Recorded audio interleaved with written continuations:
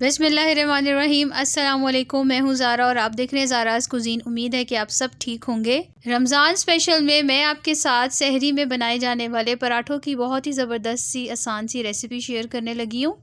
रमज़ान से पहले आप इन फ्रोज़न पराठों को ज़रूर बना के रखें। अगर तो सहरी में कम वक्त है तो आप इनको निकालें और बस फ्राई कर लें। रेसिपी शुरू करने से पहले अगर तो आप मेरे चैनल पर नए हैं तो चैनल को सब्सक्राइब कर लें। अब चलते हैं अपनी रेसिपी की तरफ। तो सबसे पहले मैं यहाँ पे 3 कप आटे का इस्तेमाल कर रही हूँ। जो आप घर में रोटी बनाते हैं ये वही आटा, इसके अंदर कोई भी और चीज़ ऐड नहीं की गई। फिर उसके बाद हाफ टी स्पून नमक का और 1 table spoon powder sugar add कर देंगे। 2 टेबल स्पून घी का इस्तेमाल करेंगे। आप चाहो तो देसी घी भी ले सकते हैं, लेकिन आपने ऑयल का इस्तेमाल बिल्कुल भी नहीं करना। घी ऐड करने से ही पराठे क्रिस्पी बनेंगे। आप चाहो तो आटे की जगह मैदे का इस्तेमाल भी कर सकते हो, लेकिन मैं इसको रमजान के लिए, सहरी के लिए बना रही हूँ। हेल्दी वे में ये सिर्फ आटे से ही बन सकते हैं, तो आपने आटे का इस्तेमाल करना है। बस जिस तरह आप अपने घर के लिए आटा गूंदते हैं सेम आपने इसी तरह आटा गूंद लेना है, थोड़ा थोड़ा पानी ऐड करके। अब यहाँ मैं आपको दिखा रही हूँ कि आटा आपने कितना रखना है, ज़्यादा सॉफ्ट नहीं करना। उसके बाद आपने ये इसको मुट्ठी दे देनी है। अब आपने इसको 10 मिनट के लिए फ्रिज में रखना है ताकि आटा सेट हो जाए। उसके बाद हम इसके पेड़े बनाएंगे। हाथों को घी से ग्रीस करें और फिर पेड़े तैयार कर लें। 3 कप आटे से मैंने 6 पेड़े तैयार किए हैं, मतलब कि 6 पराठे हमारे आराम से बन जाएंगे। तो अब पराठों के पेड़े की तैयारी कर लेते हैं। बहुत ही आसानी से बन जाएंगे, इसको हर कोई आराम से बना सकेगा। सबसे पहली बात, आपने रोटी को बड़ा बेलना है ताकि जब हम इसको रोल करें पराठे के पेड़े के लिए तो इसमें ज़्यादा सी लेयर्स बन सकें।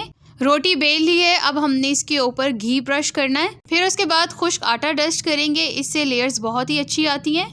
पिज़्ज़ा कटर से हमने इसको काट लेना है। आपके पास पिज़्ज़ा कटर नहीं है तो आप सिंपल छुरी की मदद से भी इसको इस तरह लंबाई में काट सकते हैं। जितना फासला कम रख के आप इस रोटी को काटेंगे उतनी ही लेयर्स हमारी ज़्यादा बनेंगी।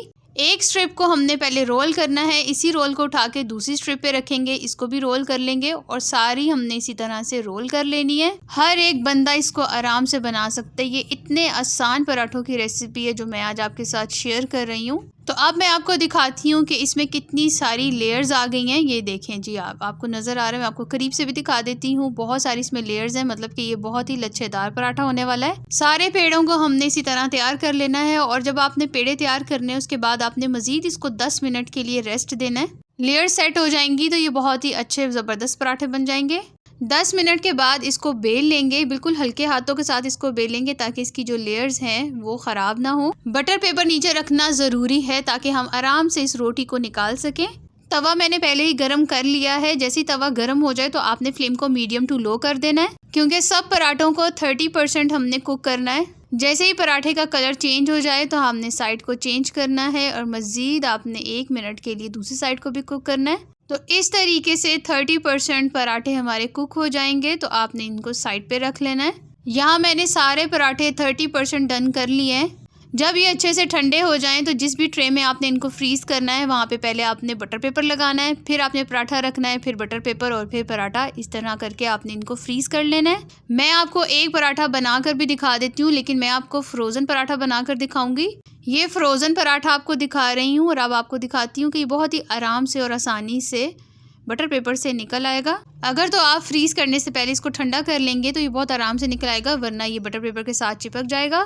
फ्रीज़र से इसको निकालना है और डायरेक्ट गर्म तवे के ऊपर इसको रख देना है। साइड को चेंज करेंगे और दूसरी साइड से भी हल्का सा हमने इसको कुक करना है।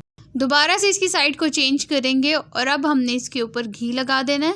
मीडियम फ्लेम पे ही इनको कुक करेंगे ताकि ये क्रिस्पी बने।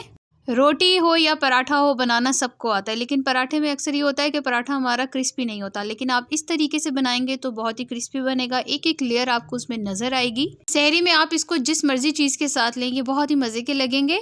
इफ्तार में अगर आप रोल पराठा बनाना चाहते हैं तो भी आप इसको इस्तेमाल कर सकते हैं। क्रिस्पी सा पराठा तैयार हो चुका है। आपने इस रेसिपी को ज़रूर ट्राई करना है और फिर मुझे बताना है कि आपको ये रेसिपी कैसी लगी। उम्मीद है कि आज की रेसिपी आपको बहुत पसंद आई होगी। अगर तो पसंद आई है तो चैनल को सब्सक्राइब करना, वीडियो को लाइक और शेयर करना मत भूलिएगा। मिलते हैं एक नई वीडियो में, तब तक अपना बहुत सारा ख्याल रखिएगा, मुझे दुआओं में याद रखिएगा। अल्लाह हाफिज़।